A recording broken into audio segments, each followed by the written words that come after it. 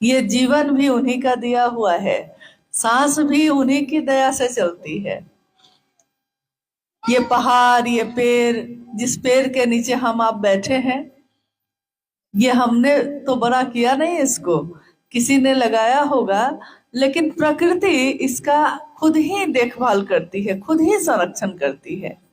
वैसे ही इंसान यानी हम और आप जो मानव हैं, जो इंसान हैं, हमको जन्म देने वाला, इस दुनिया में रखने वाला और इस दुनिया से फिर चले जाने के बाद जहां हम जाते हैं, हम सब कहते हैं कि भगवान है। भगवान दिखाई नहीं देता, लेकिन अगर भगवान नहीं है तो हमारा जीवन भी नहीं है। जैसे अभी हवा चल रही है, हवा चल रही है ना, हम सांस लेते हैं, सांस छोड़ते हैं, हवा दिखाई देती है, लेकिन उसके बिना हमारे प्राण नहीं चलते। वैसे ही वो महादेव जो है वो दिखाई नहीं देते, लेकिन उनके बिना हमारे जीवन का पल प्रतिपल चल ही नहीं सकता। महादेव की इच्छा से ये दुनिया बनी है। इस दुनिया में अलग अलग चीजें बनी, पेड़ पौधे बने हैं, पानी है, आग है, नहीं, हवा है, आकाश है। कुछ अगर नहीं मिलेगा हमको, मान लीजिए हमारे आपके घर में राशन नहीं हो, अनाज नहीं हो, तब भी हम जिंदा रहेंगे कि नहीं रहेंगे? क्योंकि हमारे पूर्वज तो रहते थे। कहाँ से खाते थे खाना, कहाँ से पानी पीते थे? कुछ खाने के लिए जंगल में जाते थे, जंगल के ही पेड़ पौधे से फल तोड़कर खा लेते थे, पत्ता जो है पीस कर पी लेते थे, झरना और नदी जो पानी जिसमें है उसमें से पानी निकाल कर पी लेते थे। यानी जीवन जीने के लिए तो सारी चीजें महादेव ने दी हैं। तो अगर हम देखेंगे कि ये दुनिया किसकी है, ये सारी चीज किसकी है, तो किसकी है बताइए? हमारी है, आपकी है, इस जिला के किसी अफसर की है? नहीं ना। किसकी है? महादेव की है। तो महादेव की दुनिया हुई ना ये दुनिया जिसने बनाई है, ये दुनिया भी तो उसी की होगी। यानी महादेव की दुनिया में तो हम लोग रहते हैं। जैसे हम अपने पिता के घर में रहते हैं, तो पिताजी के लिए भी कुछ करते हैं कि नहीं करते हैं? तो महादेव की दुनिया में जब रहेंगे तो महादेव के लिए कुछ भी नहीं, नाम भी नहीं लेंगे उनका। दुनिया के लोग तो कभी सुख देते हैं और कभी दुख देते हैं, तो उनके लिए हम एहसान मानते हैं, उनकी इज्जत करते हैं, उनसे रिश्ता नहीं तोड़ते। जिस महादेव के कारण ये सारी चीज है, हम उस महादेव से ही अपना रिश्ता कमजोर कर लेते हैं।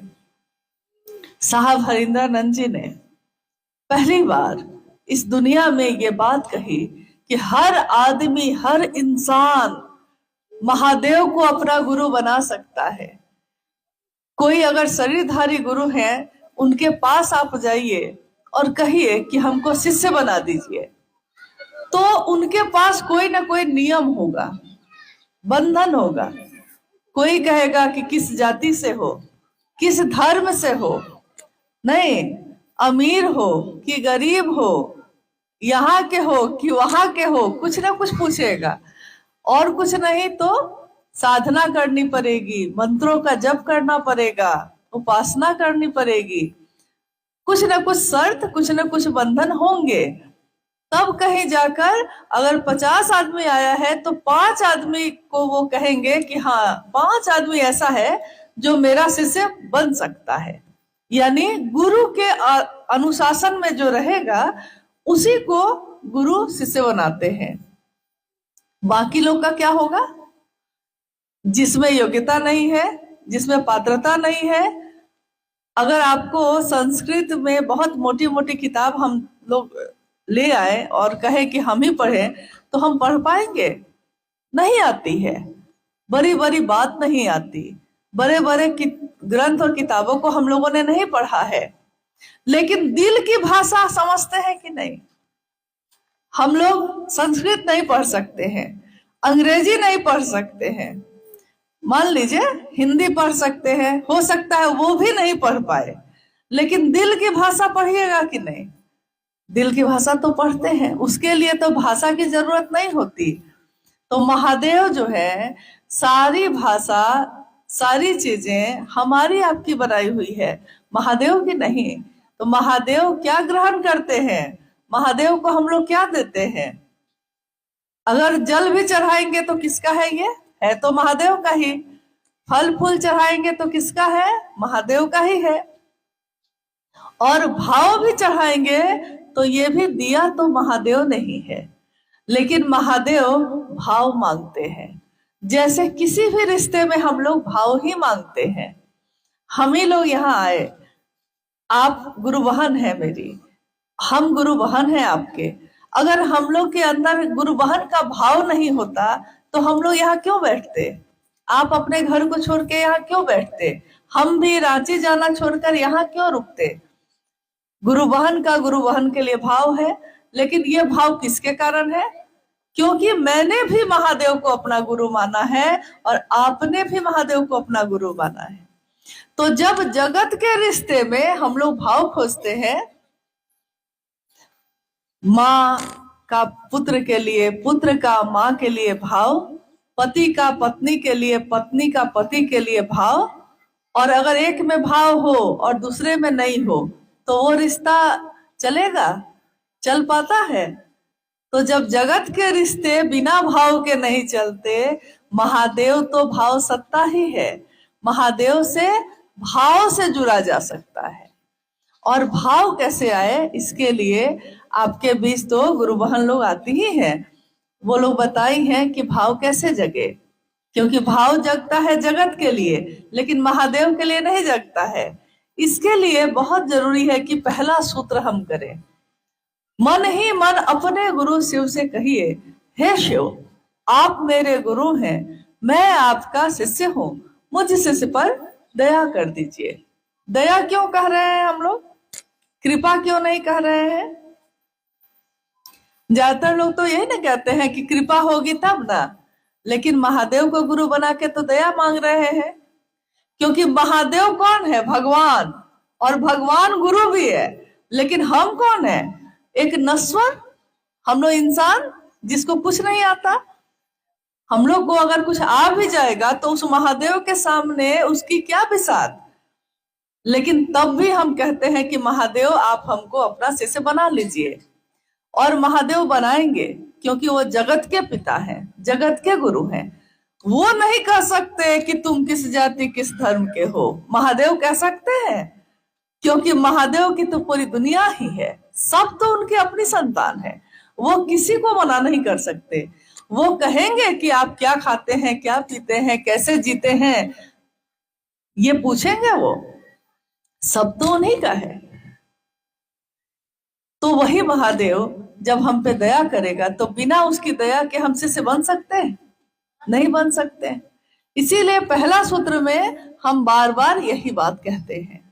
और दूसरा सूत्र जो है उसमें हम महादेव की बात करते हैं, जितना आता है उतना ही। हम लोग को तो बहुत कुछ नहीं आता, आपको भी बहुत कुछ नहीं आता, लेकिन महादेव के लिए भाव कैसे पैदा हो ये तो आपको आता है।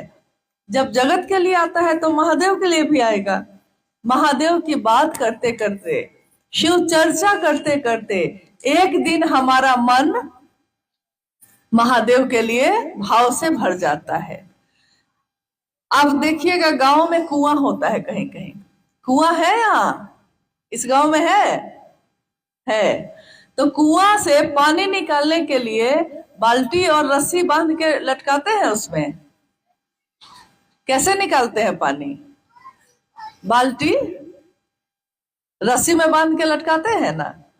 और कहीं कहीं देखिएगा कि कुआं के किनारे पे एक पत्थर लगा रहता है और उसी पत्थर पे रस्सी लटका के पानी लेने के लिए खींचते हैं हम लोग।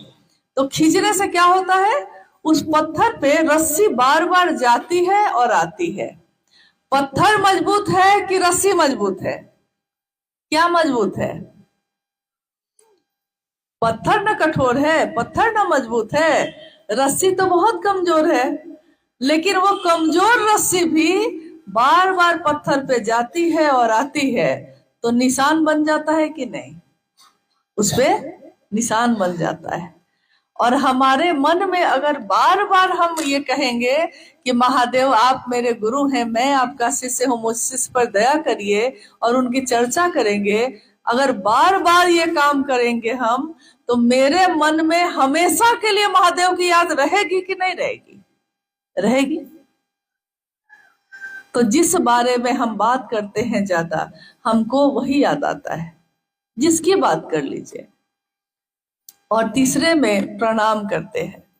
मान लीजिए हम आपको प्रणाम करते हैं, आप हमको प्रणाम करते हैं, लेकिन उस प्रणाम में भाव नहीं हो, तो उस प्रणाम का क्या मतलब है?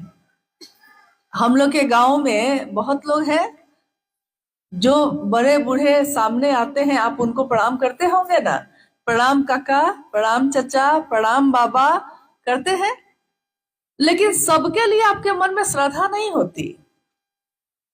बड़े हैं तो सामने पड़े हैं, प्रणाम कर लिए, लेकिन आदर नहीं है, श्रद्धा नहीं है, प्रेम नहीं है, सामने आ गए हैं तो प्रणाम कर लिए हैं।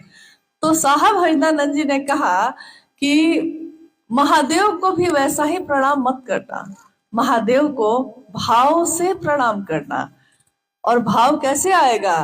तो बार बार ये दया जो हम मांगेंगे, बार बार चर्चा करेंगे तो भाव आएगा, तो एक दिन प्रणाम भी होगा।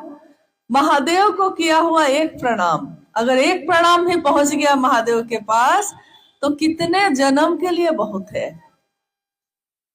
हमारे लिए जो बहुत बड़ी चीज है, उनके लिए तो बहुत छोटी है।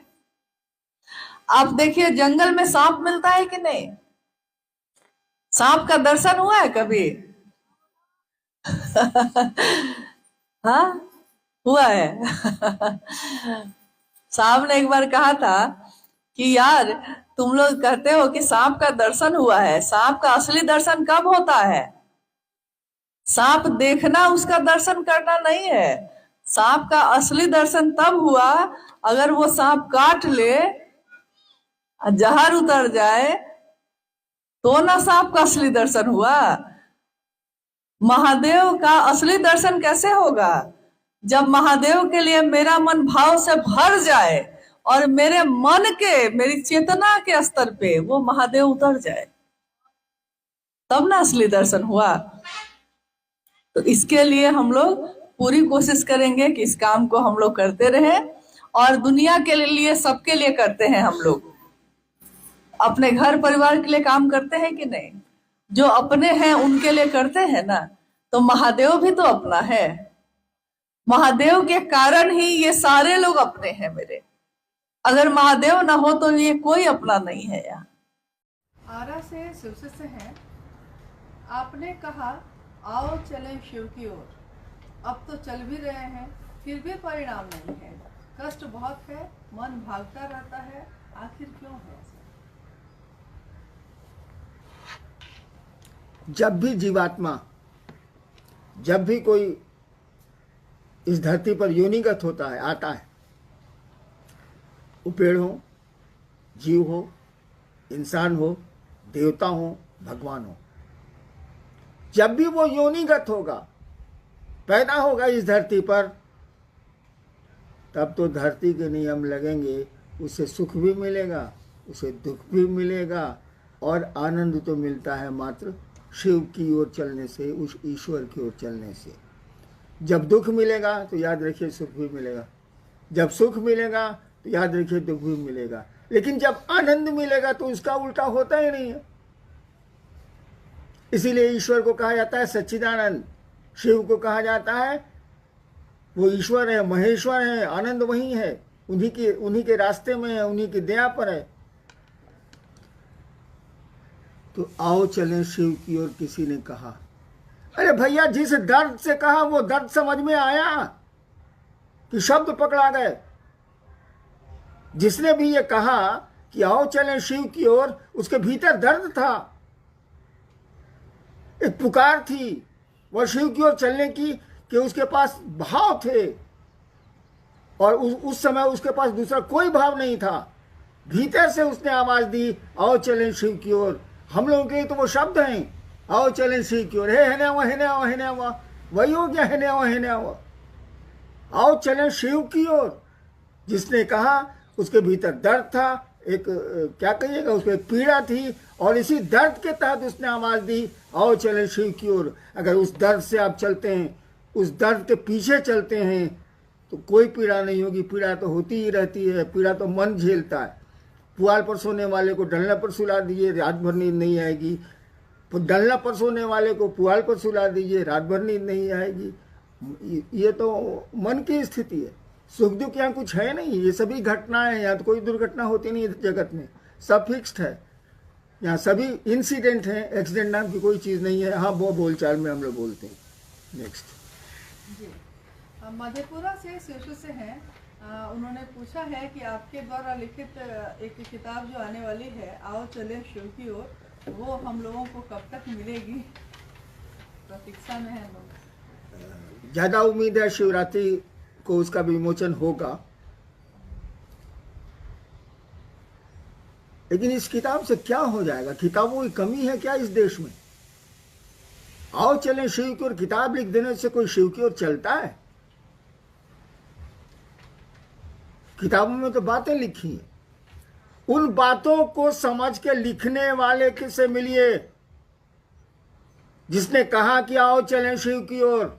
दर्द वहां है, किताबों में दर्द नहीं मिलेगा। आपके कठोर भाव, आपके भीतरी भाव शब्द नहीं दे सकते। कोई रो रहा है दर्द से, शब्द में कितनहू बोलेगा, वो स्थिति दूसरे की नहीं होगी। तो किताब लिख देने से क्या हो जाएगा? हाँ, लौकिक रूप से पूछेगा तो चेष्टा है कि महाशिवरात्रि में 2021 में इसको निकाल दिया जाए।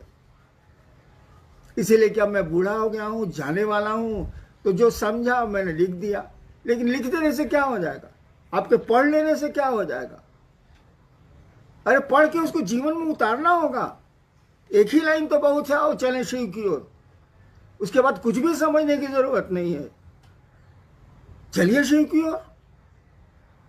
ड्रामेबाजी थोड़ी है आध्यात्म। यहां तो नौटंकी चलती नहीं है। हमको आपको चलना चाहिए, दिल से चलना चाहिए शिव की ओर। फिर किसी किताब की जरूरत नहीं, किसी साधन की जरूरत नहीं, किसी 3 सूत्र की जरूरत नहीं है। चलिए तो सही। नेक्स्ट एक बहुत पुराने गुरु भाई राजीव नगर पटना से हैं, बिहार से।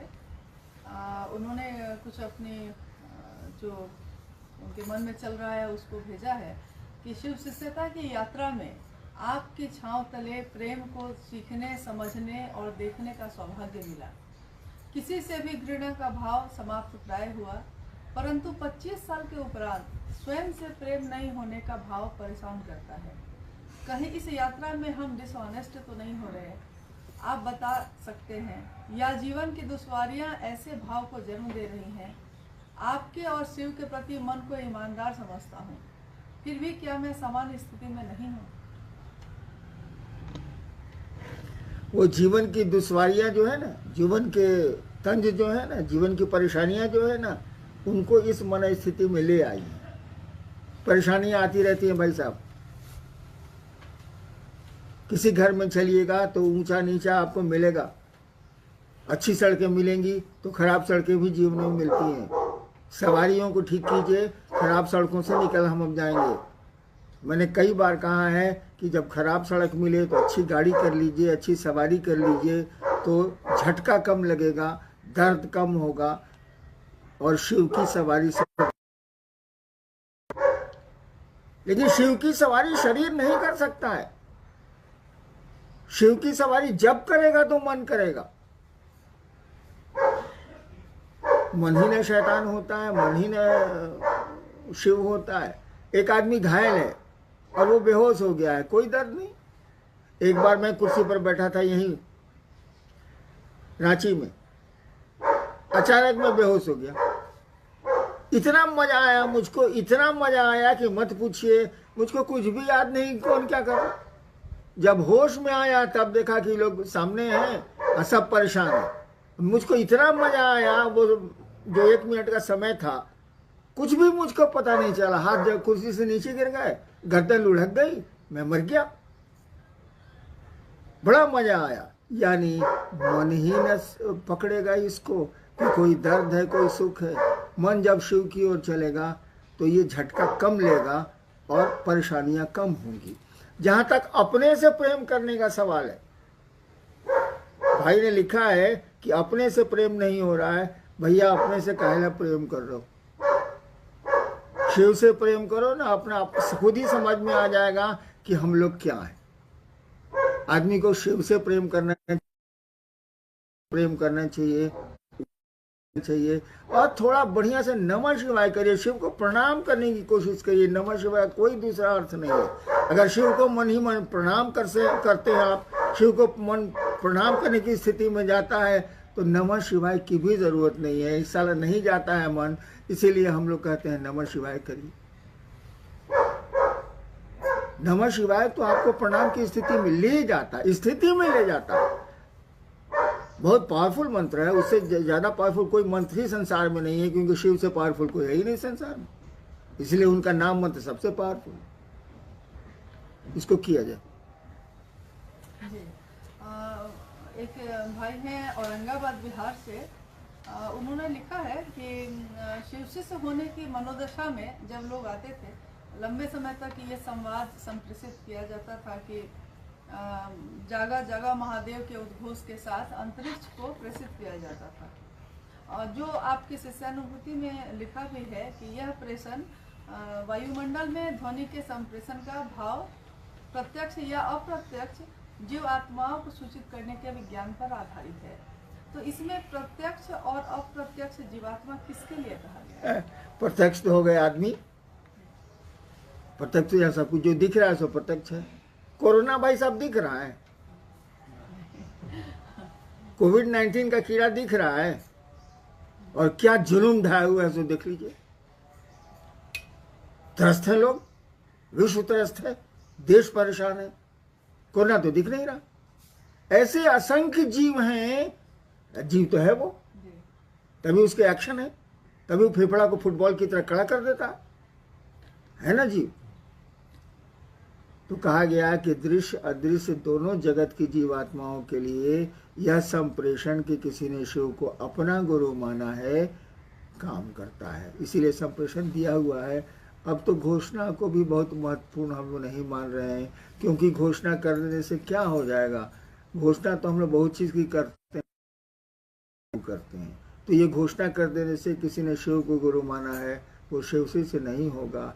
शिवसी से जब हो जाएगा तब ये घोषणा चरितार्थ होगी, सार्थक होगी। ऐसे घोषणा का कोई अर्थ नहीं। हाँ, प्रत्यक्ष अप्रत्यक्ष जो जीवात्माएं हैं उसको सूचना चाहिए जाती है। जब हम आप समझते हैं कि साला करा के भी साला शिव को गुरु नहीं मानेगा, ड्रामा कर रहा है, तो और लोग भी तो यही समझते हैं।